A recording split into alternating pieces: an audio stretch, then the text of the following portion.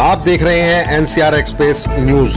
NCR और देश की बड़ी खबरों के लिए हमारे चैनल को सब्सक्राइब। ग्रेटर नोएडा की होनहार छात्रा सुदीक्षा भाटी, जिसकी सड़क दुर्घटना में मौत हुई थी, इस मामले ने तूल पकड़ लिया था। बुलंदशहर पुलिस ने आज इसका खुलासा किया और दोनों हत्यारों को गिरफ्तार कर लिया है। बुलेट भी बरामद कर ली है। क्या खुलासा किया गया, क्या मुख्य बिंदु है, शॉर्ट में आप थोड़ा सा बताएं।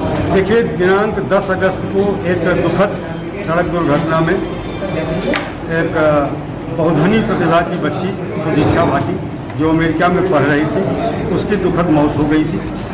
और उसमें हमारे पास जो जानकारी प्रथम सूचना रिपोर्ट के अनुसार थी, उसमें केवल यूपी 13 नंबर की बुलेट का जिक्र था और 2 लड़कों के उस पर सवार होने की बात कही गई थी।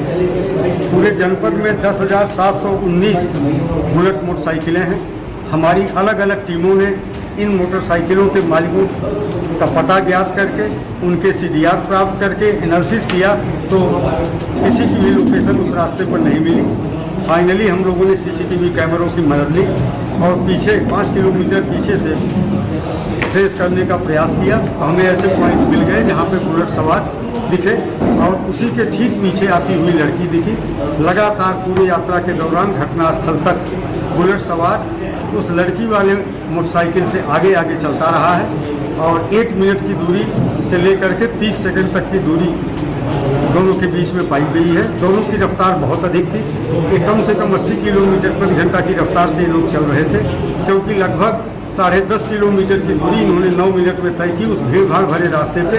और वहाँ पर ये कम समय जो लगा, इसे तय करने में कम से कम गाड़ी की चाल को 80 किलोमीटर प्रति घंटा के ऊपर रखना होगा। ये लगातार जो रफ्तार तेज थी और आगे पीछे थे दोनों, तो कहीं ना कहीं पहलू पर भी जांच की गई जो 6 साइड कहीं भी जो जितने भी CCTV कैमरों में, कुल 8 CCTV कैमरों में मुझे दोनों के फुटेज प्राप्त हुए हैं।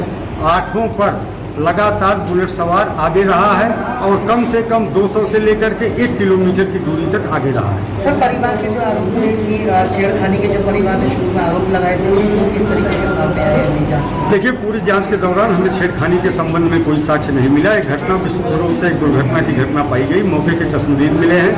एक बुग्गी की वजह से एक ऑटो रिक्शा, एक टेम्पो जो है उसके पीछे आकर अकस्मात रुकता है। टेम्पो के पीछे बुलेट सवार के होने के कारण बुलेट सवार अपने इमरजेंसी ब्रेक लगाता है और ठीक 10 या 15 सेकंड की बाद दूरी पर वो पीछे बुलेट सवार के होने के कारण बुलेट सवार अपने इमरजेंसी ब्रेक लगाता है और ठीक 10 या 15 सेकंड की बाद दूरी पर वो बच्ची रही होगी, उसकी मोटरसाइकिल आकर टकरा। कहाँ छुपाया गया था? इसके बाद बुलेट सवार ने अपनी गाड़ी को मॉडिफाई करा लिया, उस पर लेमिनेट करा करके सेना का कलर लगा लिया, उसका साइलेंसर निकलवा के छुपा दिया, पहिए बदलवा दिए, ताकि पुलिस लगातार बुलेट की तलाश कर रही थी। तो उसने पूरे प्रयास किए कि उसकी बुलेट कहीं से भी शिनाख्त के दौरान न आए, लेकिन काफ़ी प्रयास के बाद हम लोगों ने सही अभियुक्त, सही गाड़ी और उसमें जो परिवर्तन संशोधन कराया गया था। देखिए, जो राजू है दूसरा, जो पीछे बैठा हुआ व्यक्ति था, उसे पूरे घटना की जानकारी थी। वो दुर्घटना का चश्मदीद साक्षी था और फिर गाड़ी में जो चेंजिंग कराए गए थे वो उसकी जानकारी में थे, तो साक्ष्य मिटाने के कारण उसे अभियुक्त बनाया गया। क्या सुदीक्षा के जो भाई था, नाबालिग था, या उस पर भी कोई कार्रवाई की जा रही है कि जो साक्ष्य उन्होंने ड्राइवर? फिलहाल हमारी भी पूरी संपूर्ण संवेदना उस परिवार के साथ है जी। परिवार बहुत दुखी स्थिति में है। एक बहुमुखी प्रतिभा की धनी बच्ची से चली गई है, तो ऐसे में उस बारे में कोई टिप्पणी करना